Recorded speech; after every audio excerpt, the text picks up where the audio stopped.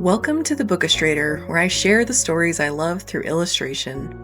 In this video, I'm sharing a spooky, eccentric, creepy middle grade novel called The Curse of Eelgrass Bog by Mary Averling.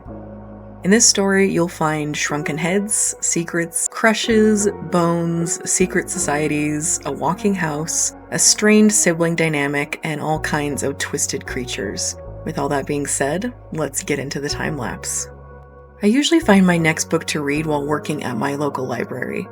Covers or titles will jump off the shelf at me when I return books to their places, or when I'm shifting an entirely too snug section. But for this book, I actually found it on Instagram. I follow an incredible artist named James Firnhaber there. His account will be linked in the description for those curious, along with the author of the book. Anyway, he posted the full cover he finished for another upcoming book one day, and I was blown away at the design, which I'm sharing here on the left. He is so good at depth, color schemes, and storytelling when it comes to his book covers. I was immediately interested in knowing more about the book, so I checked it out at my local library a few months later when it came out. Thanks for the inadvertent recommendation, James. But what is this book about, I can hear you asking. Or maybe I didn't get enough sleep last night. We follow a young girl named Kes Pedrock, who lives in a museum filled with unnatural historical objects and dioramas. Housed with her are large taxidermied creatures, erected skeletons, and her brother, who wants nothing to do with her. Kes is determined to revitalize their museum before her parents return from their Arctic expedition, the best way she knows how to, collecting weird and amazing oddities. To do this, she tramps into the notoriously dangerous swamp called Eelgrass Bog, said to be home to witches, demons, and even worse things. She's accompanied by a shrunken head in a jam jar named appropriately Shrunken Jim. There are mysteries galore in this story and a strange new friend named Lilu Starling, who actually seems to have a nice relationship with her own family. Kes, Lilu, and Jim work together to unlock the secrets of the bog, the museum, and the odd house that walks. I really enjoyed this weird little book and its small cast of even weirder characters. While I found most of the plot points kind of predictable, as I'm in my 30s and this book is intended for young teens, I wasn't frustrated at all by that. In fact, it heightened the twists I couldn't predict and made the moments at the end of the story all the more meaningful, I feel. I would have made this book my whole personality if I'd read it as a kid, and I'm so glad to tell more people about it. In fact, it reminded me of one of my all-time favorite middle grade novels, Where the Woods End by Charlotte Salter, which I have already made into a video I'll likely be sharing this fall. By looking on the screen, I think you can probably guess what I decided to draw for this week's illustration. Or I should say, who. Shrunken Jim was definitely my favorite character in this story. Instead of being the annoying sidekick that is mostly there to lighten the mood with dumb jokes. Can you tell that I detest those types of characters? Jim was actually really helpful and so kind to Kes in her journey. When I was coming up with ideas of what to create for this book, I genuinely didn't even think much about it. I knew immediately that I wanted to draw Jim. There is something so weird and charming about his character and the design he's described with in the book that made me want to draw him above anything else. Here on the left are a bunch of the doodles I did in my notebook as I ideated what pose to draw him in. I kept with the idea of only drawing the jar and head suspended in liquid, with a blank white background.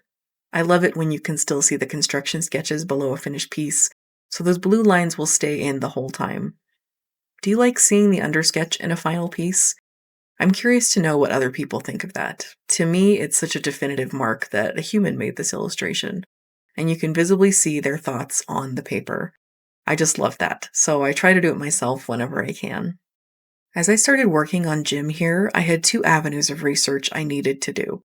One was very pleasant, as it involved looking up jam jars.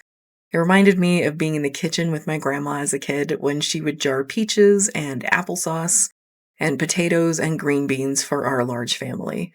One image in particular had a cute little sackcloth top tied with a string that caught my attention. Now, this type of closure wouldn't keep the contents in the jar very fresh, or even keep them in the jar.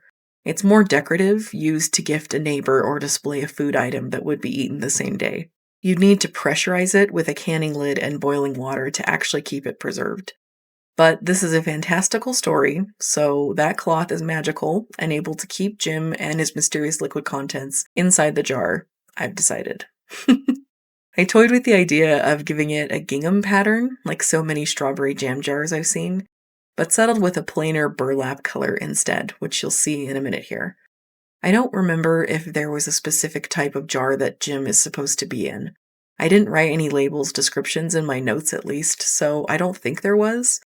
But I just knew the label on the jar had to say blackberry, or at least the tail end of that word.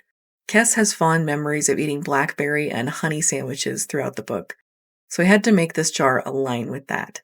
So now we have a cute little magically preserved jar with something a little less delicious inside. At least I wouldn't call Shrunken Jim particularly appetizing. Just look at that creepy little grin.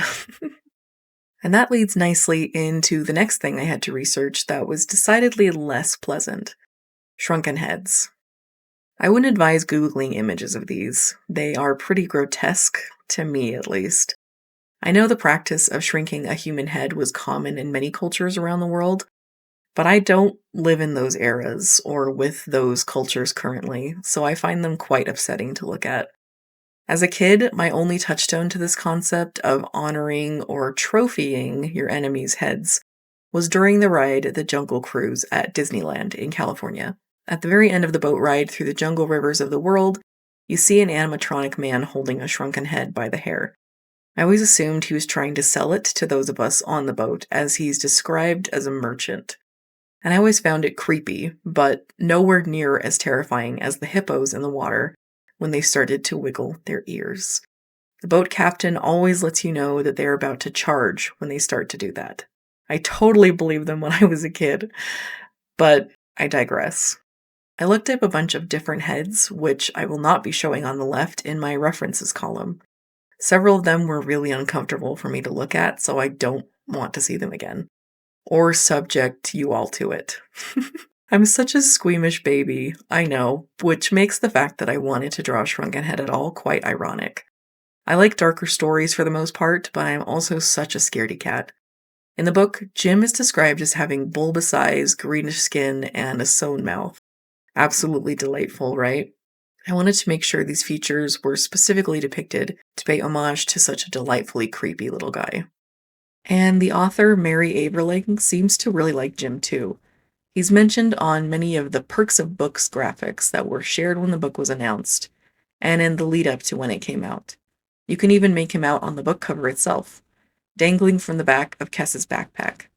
Instead of going with this lovely orange color that James chose, I wanted to go with a more swamp green, like the water inside is from the eelgrass bog itself. I really enjoyed this book, and telling you all about it today. I recommend checking it out, of course. This was Mary Averling's debut novel, and I'm so excited to read her other books.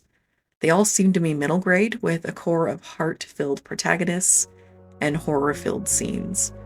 My favorite parts in this book were toward the end, when they encounter something deep within the bog. I won't go into details, but the creatures and settings described there were just incredible. I also loved the walking house and everything connected to it.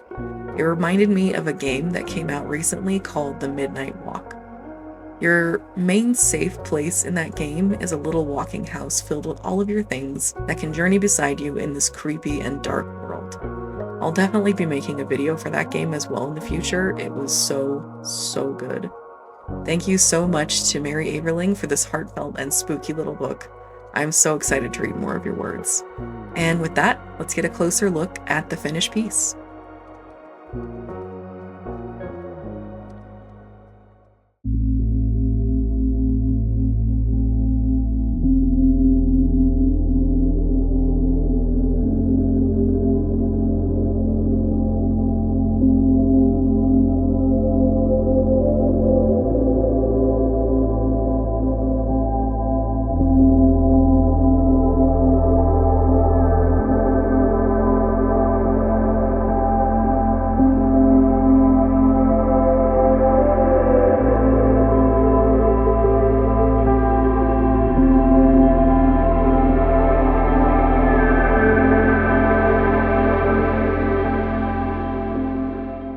Thank you for watching another one of my videos, friends, and if you're new here, welcome.